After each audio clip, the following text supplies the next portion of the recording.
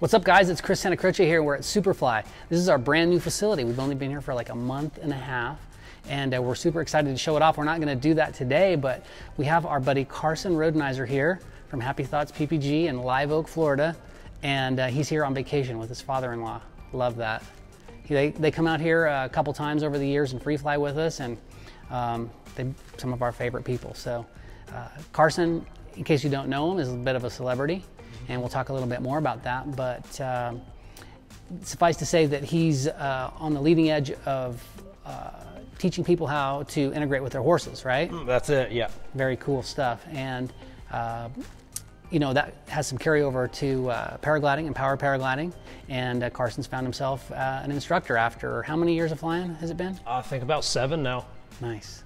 Perfect. So let's start at the beginning. How did you get into it?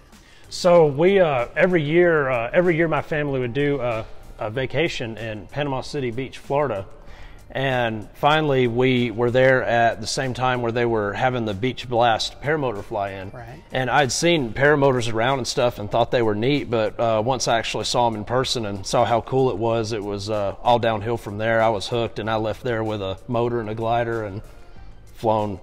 I don't know. I probably flew 4 hours a day for the first year after leaving the beach. Wow. The weather just lined out just right. It was great. Best thing I ever did. I remember that. Yeah. Well, I remember I was probably there. So I've been to a lot of those. But I do remember that was the first time that I met you. And you were just kiting up a storm. Like nobody had the duration that you had. You were kiting 6 hours a day. Yeah. It was amazing. And I always laugh because I tell people, the first time I met Carson, I wasn't 100% sure that we were going to be bros, you know? And little did I know that you'd be one of my favorite dudes. But, did you end up teaching yourself? Well, I did about 3 months of kiting, and then I did a lot of power taxis, just putting the motor on, bringing it up, doing everything but the takeoff. And then I had a guy that I had met at Beach Blast that was kind of going to be my instructor, but he was far away in weather, that whole story. So I finally was just feeling it. So went off, made 1 lap, went great, and I really baby stepped it, but mostly self-taught, I guess. Yeah. In the beginning, at least. Yep. Yeah. Similar sort of thing happened to me, actually. But oh, yeah? Yeah. So let's see, how has it been since then? How many years and how many flights? And I know you had some ungodly number of kiting hours. So for the kiting, I got to where I enjoyed that as much, if not maybe even a little bit more than the flying, like when you get some good wind and stuff like that. So I would go out every day, even after I don't know, I'd probably had 200 motor flights, and I was still going out there kiting like I was trying to learn it, and felt like I started to get that really dialed in, and you know, obviously it had helped my flying and helped me eventually learn to teach other people to do it and stuff. And then as far as the motor stuff, it was just kind of the right time of year in Florida. We were just able to fly every day, twice a day, till 10:30, 11 o'clock in the morning. Perfect. And just logged hours so fast. It was incredible. I love it. Really lucky. Yeah. So tell us about your other life. So back before I discovered paramotoring, and I still do it to this day, but what I used to do is I would work on those really big cattle ranches like in Montana and Oregon and stuff like that. And I was like a straight up cowboy, like on a horse all day long, moving cows. And then in the winters, I would come back to North Florida and I would start colts for people, putting the first rides on young horses and take in like horses that had problems and stuff like that. And then my brother, he's always been really big in marketing. And one day he said, "Hey Carson, let's film you doing some videos on, you know, how to do horsey stuff and put it on the internet." And I didn't know, you know, what was going on with it or anything, but I was like, okay. So he came over and just filmed me riding some clients' horses and working with some horse owners and stuff. And then he put it online, and it really took off. So our other life is it's like a full-time online learning deal for getting along with your horse better, learn how to fix horse problems and stuff like that. Perfect. Yeah, it's a lot of fun. Well, I know that a lot of that magic that you sought out there with the horses kind of carries over to paragliding. Oh, it's insanely similar. Yeah. Crazy. Can you give us one example? So yeah, there's this one, and one of the old time horse masters, he said, good horsemanship is a lot like balancing a broom on the tip of your finger. He said if you have the right feel and you are able to feel what that broom is about to do before it even does it, it allows your hand to have the timing, and then between those two you get the balance. So he'd always talk feel, timing, and balance. And then when I started to kite, and especially after coming out here and you kind of putting your magic into me a little bit, it was I started just freaking out how similar everything is. The slightest little thing you do with your hand makes all the difference. Good habits, bad habits. It's crazy how much it relates. Very cool. And so tell me, you've been doing the horsey thing for how long? Ever since I was about, well, really since I was about 5. My parents were cowboys on a lot of those ranches in Montana. And then when I was about 15, I'd always ridden, but when I was about 15, I started getting real curious about what was actually going on underneath me. And from there, I started trying to like really get an education on it instead of just jumping on and going, you know. Love that. Yeah. And so tell me, how often do you run across something new these days that you teach people? Some new technique or some new paradigm that you share with your horse friends? It's kind of ironic. A lot of the phone conversations me and you've had about, you know, horses and paragliders and stuff, like I don't know, it was a few weeks ago, I was asking you for some tips for some different things, and you said, you know, one thing that works really good with a good portion of, you know, a lot of people is to kind of show how they're doing it, and so they can see how it's wrong and all this stuff, and then you can show how they're supposed to do it. And so at this last clinic, we were doing one in California a few weeks ago, and I did that. I rode around on the horse and just really bad posture and form and everything, and you could see the horse get kind of frazzled by it, and then said, okay, now these are the kind of people we're trying to be. And then I went to doing it right, and everybody said that really helped a lot. And ever since that point forward, for the rest of the class, everybody was at least 40–50% improved on their hands, their posture, their seat, all that stuff.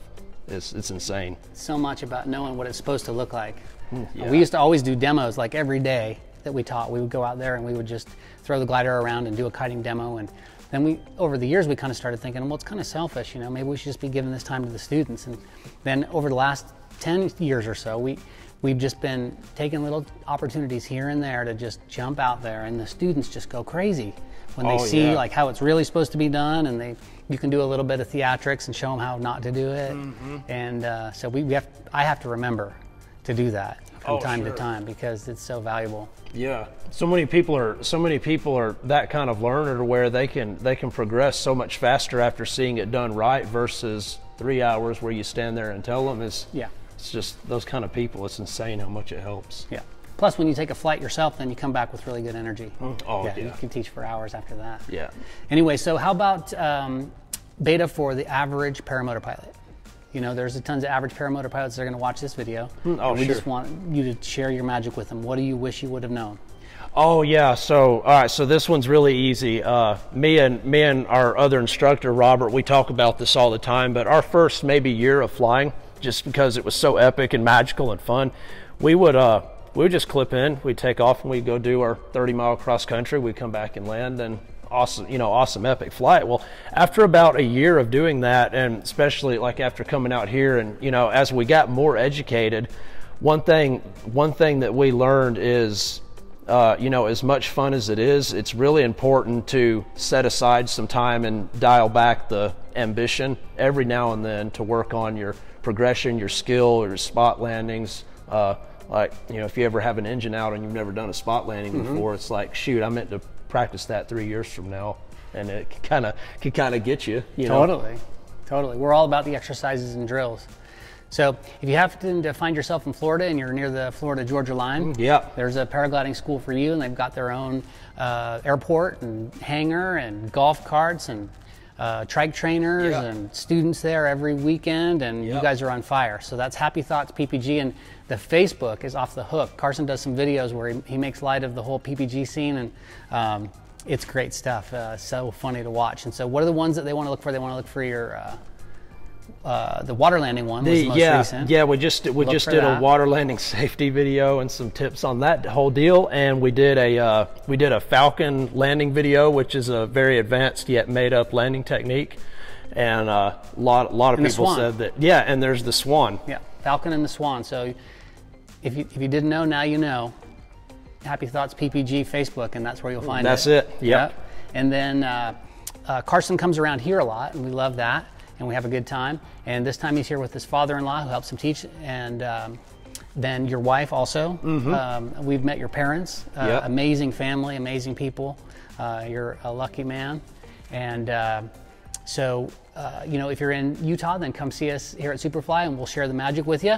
I can promise you that we're using Carson Rhodenizer tricks in our school, and I think he's using a few of ours in his school. All of them I can muster. Great stuff. But he has a kind of a leading edge program down there, and if you were looking for a training solution in that area, I think you found your guy. It's so nice to be sitting here chatting with the people and chatting with you, because people really get a feel for your sort of style. Oh, and, yeah. You know, hopefully you get a feel for the passion this guy has for it. And thanks for tuning in. We appreciate it. Don't forget to like, subscribe, comment, all that sort of stuff. Happy Thoughts PPG on the Facebook, and then are there any other places they should look for you? Yeah, we've got a YouTube channel. It's the same name, Happy Thoughts PPG. Okay. And there's an Instagram too, same name. Perfect. Love it. We keep it easy, you know. Good stuff. Well, this morning we were at the south side point of the mountain, and Carson was out there, and he was just having a ball, doing lap after lap. How many flights did your father-in-law get? Man, I don't know. I think close to 15 just this morning. So it's just a pretty cool thing. Alone. He has a ton of motor flights, and then he comes out here and gets his first flights off the hill, and that was this morning. And now we're going to go fly at the Great Salt Lake. So we'll share a few images of that as time goes on. Good times. Carson's here for a week. If you ever get a chance, come to the point of the mountain, come to Superfly. We'll treat you like family, and we'll take you flying all these amazing places. If you've got a motor, we'll go to the Great Salt Lake, and otherwise we'll be flying at the point of the mountain. Thanks for tuning in. Thanks for having me. Yeah.